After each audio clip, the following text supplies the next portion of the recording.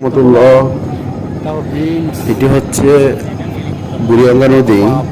আসলে দেখেন না, বুড়িগঙ্গা নদীটা কতটাই নোংরায় আবর্জনায় ভরে গেছে।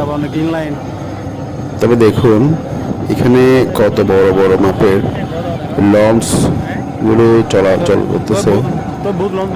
আমরা পাড়ে বসে বিকালে এসব সৌন্দর্য উপভোগ করতেছি, যেখানে রয়েছে নদীর ঘোলা পানি।